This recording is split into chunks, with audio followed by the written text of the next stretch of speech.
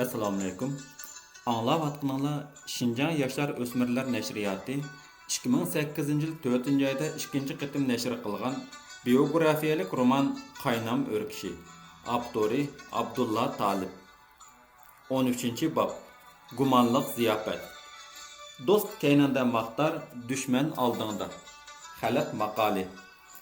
Bu vaqa Lutfulla Aqsuga kelib 2 oycha vaqt o'tgandan keyinla sodir bo'lgan edi. Yanvarning o'ttirlarida qahrdan so'g'uq toza avjiga chiqqan bir shanba kuni choy vaqti edi. Shoir viloyatlik doktorxonadan tuqqinining kesiliga qaravotgan ustozi Abdulla Davudni boshlab tashqarqi bozordagi bir samsxonada tamoq yeyishdi. Ondan ular bozor aralab minib, yangidan ochilgan 80 xalta dorigar do'koni oldiga keldi va do'kon yonida dorigar bilan paranglashib o'tirgan Abdulla Davudning tonishi Saydulla bilan uchrashib qoldi. Dorigar Lutfulla bilan Abdulla Davudni o'rindiqqa taklif qilgandan keyin yenidagi Saydullani ikkalanga tanishtirib, bu kishi menga hozir hikoya so'zlab beryapti. Sizlarning kelishinglar obdan bo'ldi. Saydulla Molla hikoyachilikning piri, faylasuf Aristo, İskender Zulqarnayn, Shahnoma, Kalila Damina, Ming bir kecha, Aytavur jahondagi ilmiy hikmatning hammasini to'liq biladi. Sizlar bir nima yozmoqchi bo'lsanglar, bu kishidan ko'p material ola olasizlar, dedi. Lutfulla dorigarning tanishtirishni qiziqib angladi va darhol o'rnidan turib, Saydullaga hurmat bildirib, qayta qo'l ilishib ko'rishdi.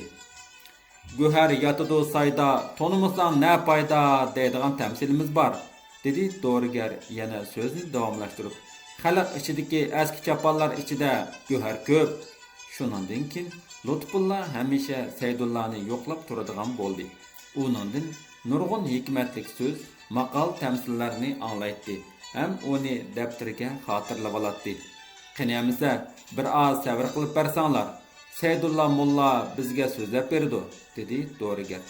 Saydullani so'zga taklif qilib, Saydulla dorigarning iltimosi bo'yicha so'zini amdila boshlab turgan chog'da qayoqdandir bir qiri mo'may kichik qiz navrisini agashtirib, dorigarning do'kini oldiga keldi-da, ikki qo'lni egiz ko'tarib, Xudo va Rasul haqida sodiqa tiligini turdi. Mo'mayning tinida qirivalg'uchilik at yo'q edi. Uning beshidagi aqlichki kirlashib ketgan, ko'koch mata ko'nglikining ustiga kiyolgan kona paxtaliq chapinining 10 necha yerga yamoq tushgan, ikki ko'zi o'ltirishib, aranma parqirab qolgan edi. Mo'mayning agashtirib kelgan navra qizi zimiston qishda yelin kiyim bilan dir-dir titrab turardi. Uning samandek sarg'ib ketgan rangiga qaragan kishi ichi seyrilib zodla chidab tura olmaydi. "Keling mo'ma, keling singlim", dedi shoir ularni dorigarning do'koni ichidagi kichik sandalga taklif qilib. Mo'may bilan qizchaq sandal yiniga kelib isnishga boshladi. "Mo'ma, yiningizki bu qizchaqning otisi-chu?" deb so'radi Lutfulla tilamchi Mo'maydan. Mo'may Lutfullaga burilib bir qarab o'tib, orqadan yana sandalga qo'lini qoqladi va ulug' kichik tindida ichini sal-pal bo'shlab olgandek bo'lib, ondan javob berishga kirishdi. "Bu dardimning nimasini so'raydigansiz bolam?" dedi u asta so'zlashga boshlab. "Buningdan 4 yilchi burun mushu navra qizimning otasini, mening dunyolikda birla o'g'limni oltin ko'lash saysiga tutib, Oltay degan yerga aktishgandi. Keyin shu yerdan o'lim xabari keldi. Shuningdan buyon boqquchim yo'q, mushu yetim navra qizim bilan xonavayron bo'lib, tilamchilik qilib yuryapman." Mo'may pat-patla tartib ulug' kichik tinib qo'yatdi. Dard ichida mujlib turgan ko'ksini ikki qo'li bilan besib oladi. "Bu fojialik tarixni men so'zlab beray", dedi Saydulla va hayajonlanib so'zlab ketdi. "Buningdan necha yillar burun mushu alt shahardan oltin qo'llash aldamchiligi bilan kambag'allarning necha 10 minglagan yosh farzandlarini majburiy tutib ketdi. Allah Allah, voy balla, bu dardga nima deyla degan naqsha shu chog'da chiqqan edi. Nadiki oltin qo'llash bo'lsin, bu Oltaydagi qozoq xalqini besiqtirish uchun askar yetishtirolmagan aksiyatchi hokimiyatning janubdagi dehqonlarni shimoldagi chorvachilarga silishqa, qarindosh xalqlarni bir-birini qirishga ishlatgan hilisi bo'lib chiqdi. Ular janubdagi kambag'al dehqonlarning farzandlarini oltin qo'llab boy bo'lib qaytisizlar deb aldab urushga soldi. Hisobsiz yoshlar shu urushda o'lib ketdi. Qon puli deb bergan ozgina pulnimi amaldorlar, boy begimlar qon o'rnida o'zlari sho'rib olishdi. Nurg'un yosh ayollar tul qoldi. Norasida o'g'il qiz farzandlar tayanchsiz bechora yetim yesirlarga aylandi. Buvaylar, momaylar bo'lsa, mana mushu onamdek divonlarga aylandi. Lutfulloh bilan Abdulla Davud bu tragediyani, tarixiy reallikni yuzaki biletdi. Bugun momayning divoni bo'lib ketganligidek jonliq paket va Saydullahning ta'sirlik so'zlari ularni bakmu hayajonlantirdi. Momayni saqlatib qo'ymaslik uchun do'konda o'ltirganning har biri yanchiqini aqtirib, ozdirib ko'ptirib pul chiqarib momayga berishdi. Momay intayin rozi bo'lib, sodiga bergichilarning umriga nusrat tilidi va navrisini agashtirib do'kondan chiqib ketdi. Momayning holidan ichingan tarixchi Abdulla Davud turolmay qoldi.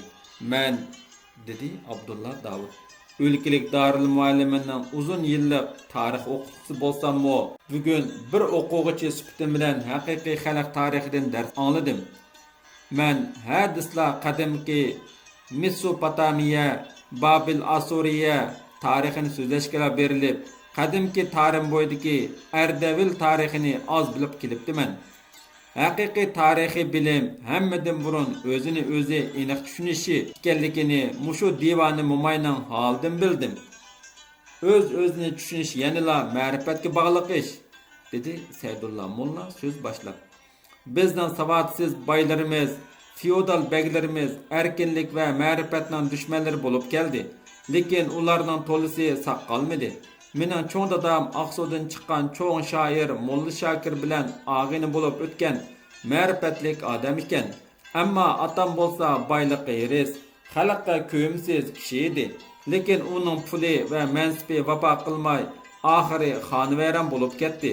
Ana shu chog'da u cho'ng dadamning shoir Molla Shakir bilan Seyit Yekimbek to'g'risida o'zaro yozishgan bir mushoira she'rini o'qitib anglab, o'zining nadonligidan hasrat chekib yig'lab ketdi. Seyit Yekimbek bo'lsa shu chotga kucha Aqsu xalq qo'zg'olonining xoini bo'lib, o'z qarindoshlarining sapqini badiliga ishrat qilib, aroq sharab ichib, oxiri rasvoyi olam bo'lib, olamdan tugashgan ekan. Aqsu kucha xalq qo'zg'oloni 1850-yillarda Manching xalqining zulmiga qarshi Taiping Tiangu qo'zg'oloni bilan birla vaqtda ko'tarilgan cho'ng qo'zg'olon. U sharqda Urumchigacha, g'arbda Qashqar Yakangacha kengaygan edi. 1865-yili Badavlat tarafidan bostirib o'tildi. Cho'ng dadam va Molla Shakir shu ahvolni o'z ko'zi bilan ko'rgan tarixning jonliq shohidlari ekan. Demak, qon badiliga kelgan boylik va mansab qisos o'g'isi bo'ladi. Seyit Yekimbek to'g'risida, dedi Lutfulloh. Cho'ng dadalari bilan Molla Shakir o'ttirisi yozishgan mushoira nazmidan aslarda qanchalik qolgan bo'lsa, shunchalik anglab baqsaq bo'lmasmi? Men boya demedimmi? Dedi Dorigar darhol so'z qistirib. Bu kishining ichi haqiqatan bir xazina. Qani o'qib bersizlar, taqsir. Apandimlar anglab yezib olsin. Bu uzun nazm edi, dedi Saydulla Mulla. Esimda qolgani azroqla bo'ladi. Azroq bo'lsa-mo o'qib beray. Seyit begni amda angla qayda ketdi. Quyub ko'za ichiga qon ichetdi. Bo'lib elning ichida nomi sisiq, yana ittin battarki domi sisiq. Tutub galdin uni al qisosi, bili sundi uning qayda hasosi. Shoir qo'liga daftar qalam ilib nazmini Saydulla Mullaga qayta qo'zib yozishga boshlagan chog'da do'kon oldiga uchdim tut, yana bir yigit bilan bir ayol kelib to'xtadi. Yigit kulimsirab turib do'kondagilarga salom berdi va do'konda o'ltirganlar bilan qo'l ilishib ko'rishdi. Lekin yigit bilan birga kelgan hiliq ayol do'kon oldida ikki qo'lni qora maxmaldan tikilgan paxtliq juyoza chopanining yanchiqiga silib olgan peti, qo'shni do'kondagi oltin sapoq, kumush halqa, yaqut ko'zlik uzuk qatorliq zibu zinat buyumlarga nazar tashlagan bo'lib, nozik xulqi aralash chiroyini suzib turadi. Yüzüge paranca tartib algan ropaş ayollarga qaraganda bu ayol sirtidan madaniy, erkin va ozodroq ko'rinadi. Biroq uning madaniyati haqiqiy pak madaniyatning sirtidagi boshqacha markalik madaniyat ekanligi bir qarashda sizlatdi. U dukkan ichidagi cho'nglarga salom va hurmat bildirmay, gidegan peti bir izida muzdek qetib turadi. Qizning ko'zi qizilda degandek, u zarpurushning dukkanidan zinhar ko'zini uzmaydi. U arlab sol qo'lining o'tiranchi barmoqiga silib olgan yaqut ko'zlik oltin uzukni o'ng barmoqlari bilan tutib qo'yib, ko'z qilib qo'yadi. Yuzidagi ufa anglik, quyuq surtilganligi uchunmi talati xuddi sahar vaqtida qiro tushgan itizning rangida ko'rinadi. U ehtimol o'stangning yarishqi tal, ayolning yarishqi xal deganni obdan bilib olgan bo'lsa kerak. Uning ikki mangzi va peshonasiga chektirilgan ko'küç uch xal nihoyatda aniq ko'rinib turadi. Uning bo'yidan atir hidi gup purab, kichikkina tar ko'cha ichini bir olgan edi. Bu quruq so'lat, yog'och pashmat xonim shu chog'larda taxminan 20 yoshlar atrofida edi. Sizni Bayden keldi deb anglab, dedi ayolni boshlab kelgan so'latlik yigit Abdulla Davudga qarab. 2 kundan beri ko'p izidim. Doktorxonaga bordim. Siz bizning peshqadam ustozimiz. Uning ustiga biz bir yurtliqmiz. Shunga bugun oqshom biznikida mehmon bo'lib bersangiz. Rahmat. Kasalga qaravatman. Boshqa bir kunlar bormaymizmi? dedi Abdulla Davud hiliqi yigitga. Men tayyorlikni qilib qo'yib, atay izlab kelishim edi. Bugun oqshom bahona sabab ko'rsatmay berib bersizlar. Abdulla Davud tanglikda qoldi. Oxiri rad qilolmay, ilojsiz ma'qul bo'ldi. Yigit hiliqi agashtirib kelgan ayol bilan birlikda dukkan oldidan ayrilib, 10 necha qadam nari mingib, biroq yana o'zi yolg'iz qaytib kelib, "Apo qilislar, boya esimdan ko'tarilib qopti. Bugun oqshom shoirimiz Lutfulla Mutallibnimi cho'qim birga alg'ach berisharlar", dedi. Abdulla Davudga havola qilib, "Bo'ladi", dedi Abdulla Davud. Yigit xushal bo'lib yana yurib ketdi. "Saydulla Mullaka, bular kim bo'ldi, bilamdilar?" Lutfulla hiliqi kelgan yigit bilan ayolning teki tektini belgilash uchun ko'chalab so'radi. Ularning kimligini va qandaqligini o'ltirganlar ichida Saydulla Molldan boshqalari toza bilib ketolmaydi. Abdulla Davudmu bir yurtliqi munosabati bilan faqat yigitni taniydi. Lekin u yigitning Oqsudagi hozirgi ahvolidan xabarsiz edi. Lutfulla yangi kelganligi uchun ularni texmi bilmaydi. "Zaman kulkilik", dedi Saydulla Mulla ularni tanishtirib. "Zaman kulkilik bo'lganda palak ta'tur cho'rgilaydi. Palak ta'tur cho'rgilganda mana ma'u nazmidikidek bo'ladi. Qapaqning qimmati bo'lmas, bo'lur munda barang ati var. Xushomat taqsidan obro'y bo'lur talva sarang ati var. Eliqi yigitmi, ayolmi ana shu tiptikilardan. Uningdek quruq so'lat, quruq parang xalq uchun ofat keltirdi. Shunga Alishir Navoiy hazratlari ana shu xildagi tish palpal, ichi g'alg'al, mevasiz gulni ta'ni qilib, o'zi yozgan tuvandagi ruboyisini bakmu yaxshi ko'rib, hamisha eg'izdan tushirmay o'qib yurdi ekan.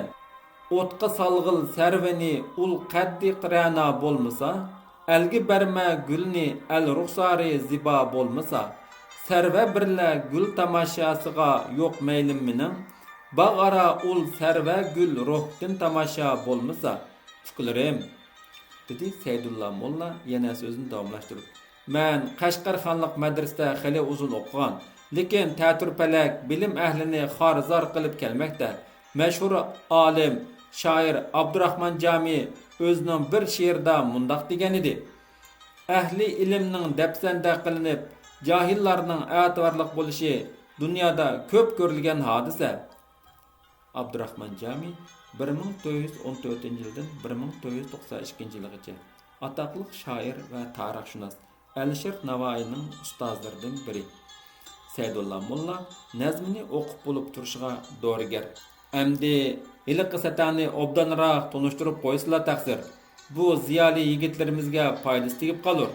Go'zal yo'lda qo'yur, qaroqchi cho'lda degan tamsil bor emasmi? dedi. Saydulla Mulla ayol haqida tunishtirib, "Bu ayol menga obdalla tunishliq. U hili uni boshlab kelgan yigitning xotinimi emas.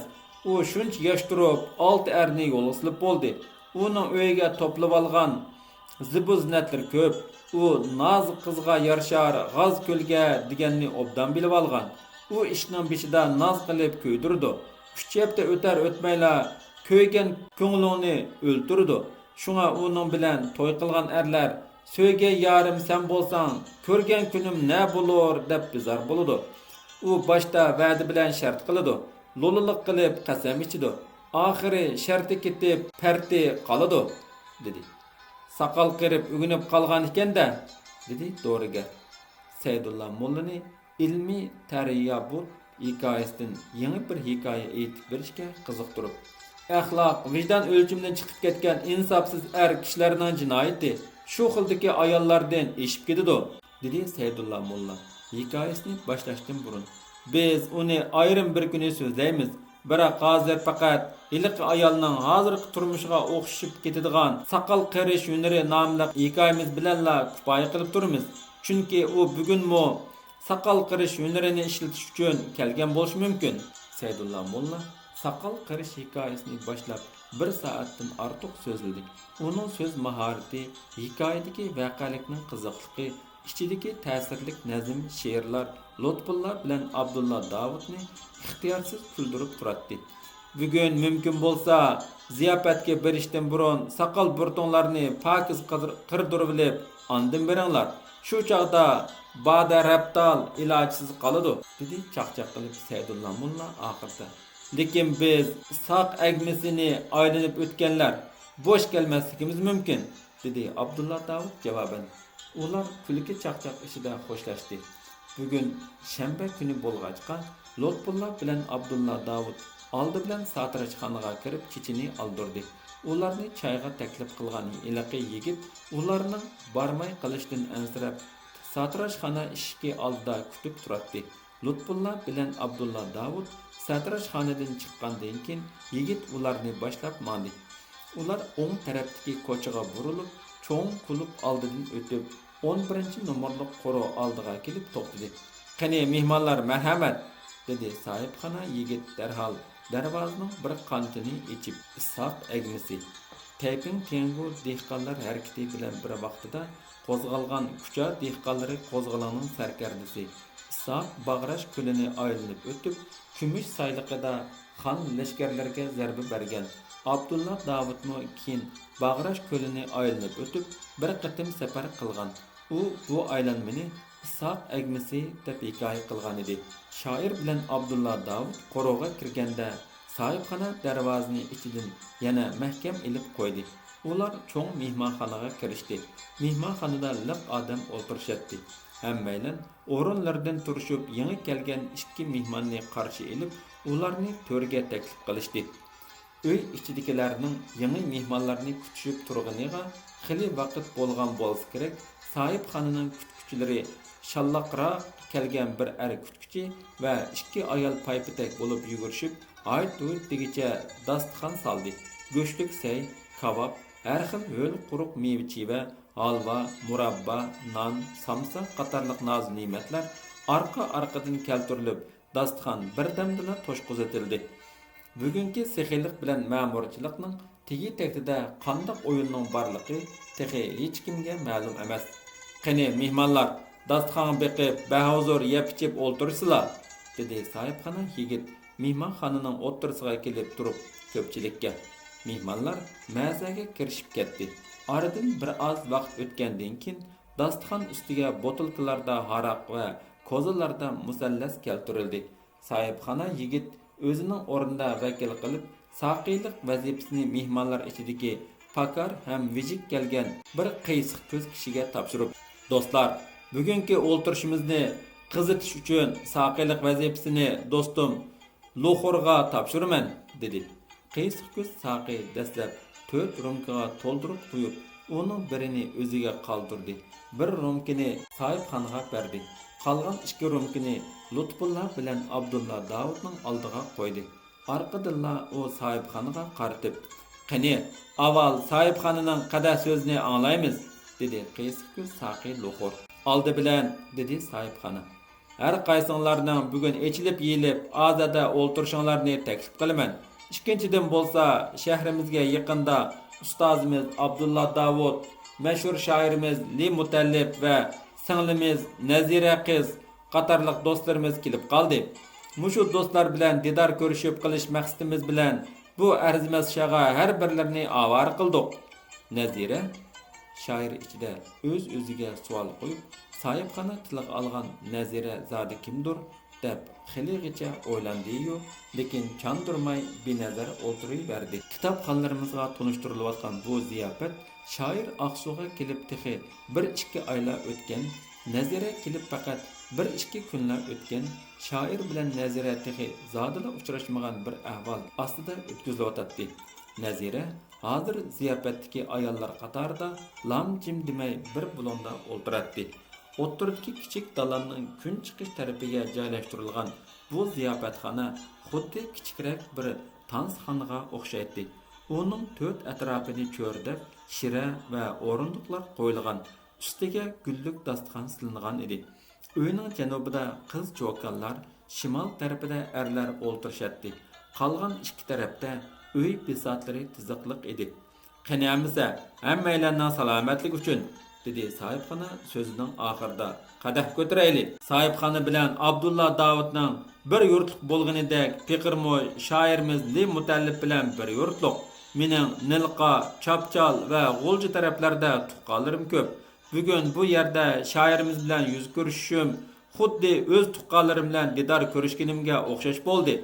Shuning uchun menmo shoirimizning qadam tashrif sharifi uchun qadah ko'tarishimizni taklif qilaman, deb so'z boshladi Qaysiq ko'z Saqi sohibxonaning so'ziga ulabla. Biz bir yurtliq shoirning ko'ngliga yangi gumonlar tushmoqda edi. Qani ko'tirdik.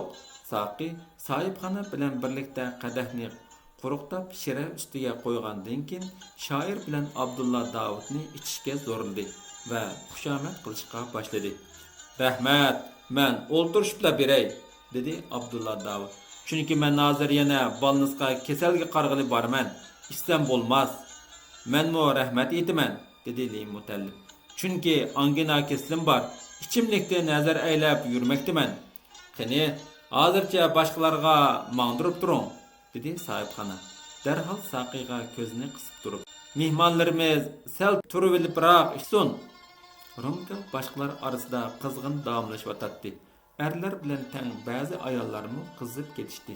Lekin ayollar to'laroq musallas ichishdi. Bu fursatdan foydalanib Lutfulla Mutallib ko'z qirida atrofga nazar tashladi. Mehmonxonaning pagahida 3-4 muzikant yeniga duttar, tambur, skripkasini qo'yib, bechora qiyofatda o'ltirishadi. Ayollar o'ltirayotgan shiradagi bosh so'rinda bayroq dorigarning do'koniga sohibxona yigit bilan birga borgan ayol qapoqlarini suzib, xuluq noz qilib, ko'ran qiyofatda o'ltiradi. Nazira Urumchidan yangi kelgan mehmon qiz qandaqdir bir xil qo'rinish, ammo bir xil saxta qiyofatda o'ng jenikini shira ustiga qo'yib, olqini bilan o'ng mangizni to'sib olib, so'li yinida o'ltirgan ikki uzun choch, qora ko'z, bug'doy o'nglik bir ayol bilan zo'r-zo'r so'zlashib o'ltiradi. Sohibxonaning taklifi bilan sazandlar muzika naqsha boshladi. Shir kayfdan mehmonlarning ko'pinchisi beshini bir yerga qilishib bilib, o'z paranglariga tushib ketishdi. Ozda bir qism odamlar sazdan hozir elib o'ltiradi. Kavoblar dasturxonga orqa-orqadan kelib turadi. Sohibxona yana Saqiga ko'z qisib, Lutfulla Mutallibga qo'y deb ishorat berdi. Shoir boya quygan haraqqa texicha nazar qirini solmagan bo'lib, Rumka shu piti uning oldida turadi. "Qani kiring, ikkimiz amdi ichaylik", dedi Saqi. O'ziga bir rumka quyib, ko'tirgan piti Lutfulla Mutallibning oldiga kelibla jeri boshladi. Saqi hozir rostilla muloyim edi. U Uyg'urcha, Xanzucha, Tatarcha, Qozoqcha, Ruscha, Shibacha tillarni biladi. Keyingi til bo'lsa uning ona tili edi. Demak, u ko'p tillarni bilishda, sho'xliqda, naqsha jerlarni aytishda va usul tansa o'ynashda o'zini birla hisoblaydi. Yana kelib, u o'ziga tamanna qo'ydigan Mamadan akavur yigit edi. Uning Lutfulla bilan bir yurtliq degan ko'ziri edi. Texmo sirliq shumliqdan direk beradi. Keyingi kunlarda kishilar uni o'z ism familiyasi bilan atmay Loxor degan laqab bilan ataydigan bo'ldi. Bu laqabning ikki bisliq ma'nosi bor edi. Uning biri yo'lbos, yana biri tulka degan ma'nodan iborat edi. Uni hurmatlab chaqirishda yo'lbos ma'nosida, uningga nafrat bildirganlar tulka ma'nosida iste'mol qiladi. Haqiqatan u ham yo'lbos, ham tulka mijozlik odam edi. Laqab kishiga bekor singmaydi. Singishmigini laqam bo'lmaydi. Uning qo'sh ma'nolik laqami dal joyida qo'yilgan. Bugungi so'rinda u yana shu ikki bisliq qiyofatini mahirlik bilan ko'rsatmoqchi.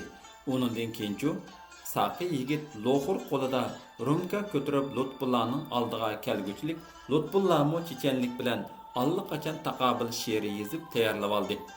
Saqining bir ovozini anglab, bulungda chilayotgan muzika to'xtadi. Hammalar kishining quliqi Saqining jerini anglash bilan bo'ldi. Qani, ichimiz. Saqi 2-3 yer aytib bo'lib, shoirni yana haraqqa zo'rlab turib oldi. Angina keslim qo'zg'alib turdi. Bugun ichelmayman. Rahmat. Keyin icharmiz. Lutfulloh Mutallibning bu so'zlariga Saqi unmaganning ustiga ko'z ishorasi bilan Nazirani yeniga tartib keldida shoirga salom berib, "Urumchidan kelganimga 2 kunli bo'ldi. Siz bilan ko'rishalmadim.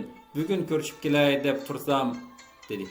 Nazira xotin qizlar o'ltirgan o'rinning beshidagi hiliqi cho'kanga ko'z yugurtib, "Avu do'stim menga sizning bugun bu yoqqa keldiganingizni aytdi va meni bu yerga bilib boshlab keldi", deb so'zini davomlashtirdi. Nazira qancha chandurmay desimi, u Lutfulloh Mutallibga tikilib qarag'anida ko'zida nurg'un hila o'ynab turadi. Yuzida bir xil o'ng'aysizlik alomatlari belgi berib, harakatidan sun'iylik ko'rinadi. So'zining oxiriga qo'shib, "Urumchidagilar sizga salom dedi" degani texmo yasama so'z edi. Shoir uning so'z harakatlariga miyiqida kulib qo'yib, pisandmi qilmaydi. "Qani, ikkimiz birlikda jirlab, ondan shoirdan navbat kutaylik", dedi Saqi Naziraning ko'ziga qarab va uni jirga taklif qildi. Saqi shir kayflikda hozir o'zini o'zi bosolmay qolgan edi. U bugun o'zining jir va naqsha mahoratini ko'z-ko'z qilmoqchi.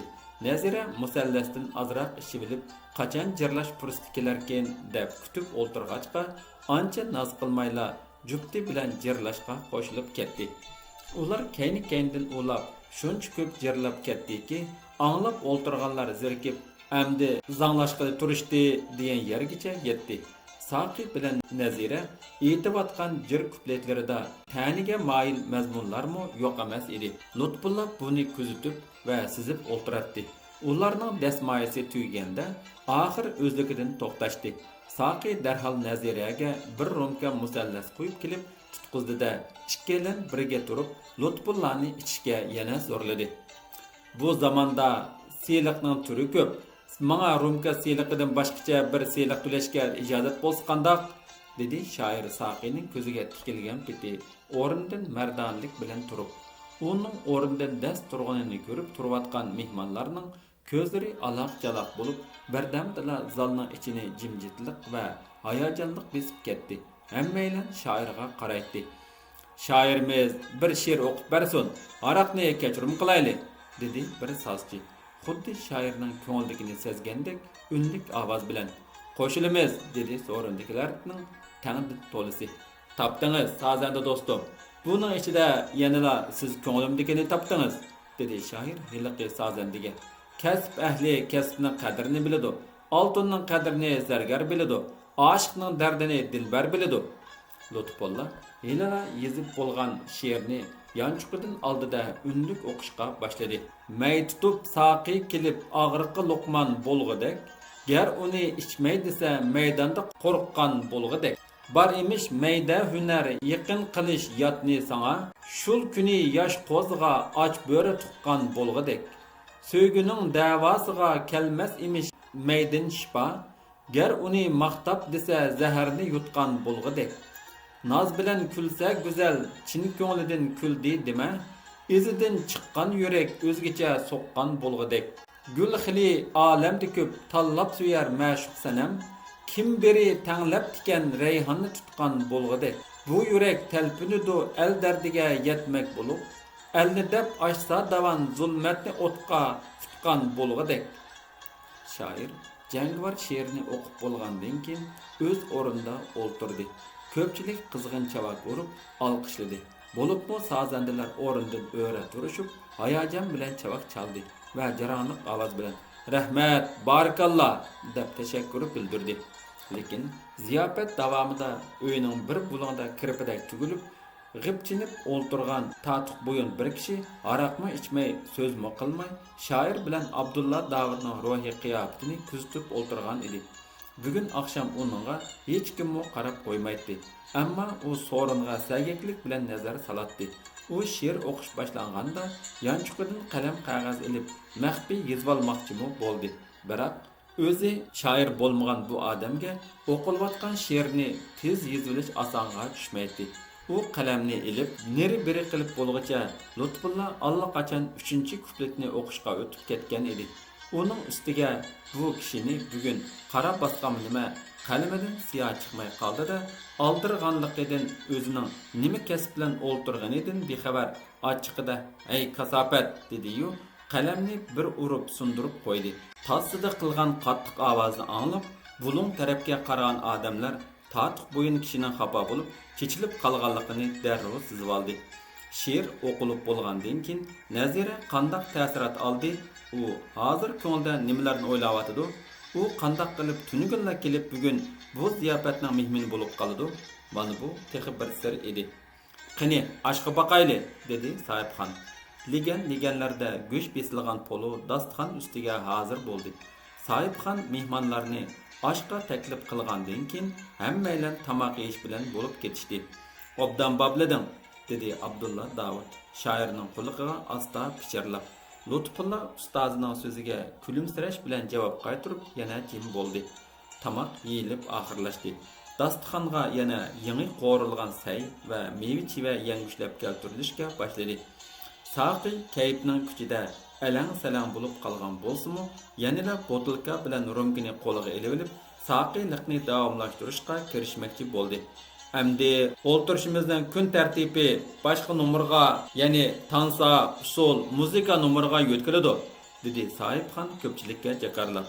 Sohibxonning so'zidan keyin tansa, usulga maydon tayyorlash uchun shira o'rindiqlar yo'tkilayotganda Abdulla Davud bilan Lutfulla Mutallib fursatdan foydalanib o'rnidan turdi. "Doktorxonada kasallik qaraydigan mendan boshqa kishi yo'q. Rahmat, menga ruxsat qiling", dedi Abdulla Davud Sohibxondan ruxsat so'rab. "Ustozga hamroh bo'lmasam bo'lmaydi. Rahmat, menga ruxsat bering", dedi orqadanla Lutfulla Mutallib. Ziyofatga qatnashayotganlarning to'lisi mast bo'lishib ketgan edi. Mastlikda hech kimning hech kim bilan kori bo'lmadi. Sohibxonmi ilojsiz ma'qul dedi-da, darvoza oldigacha chiqib, ikkilanni uzitib qo'ydi. Abdulla Davud bilan shoir bugungi ajdaho o'zidan apchil sug'urilib chiqqandan keyin ahvolni tahlil qilishmadi. "Bu oqshom soqol qirdirmidiq-ku deyman", dedi shoir ustozi Abdulla Davudga. "Bu texi boshlanish, qirdirish, qirdirmaslik kelgusida o'zimizning sezgirligimizga bog'liq. Qo'sh zanjir texi oldimizda bo'lsa kerak", dedi Abdulla Davud shoirga javob berib. Ular Langar ko'chasining do'qmishida ayrilib ketishdi. 13-bob tugadi.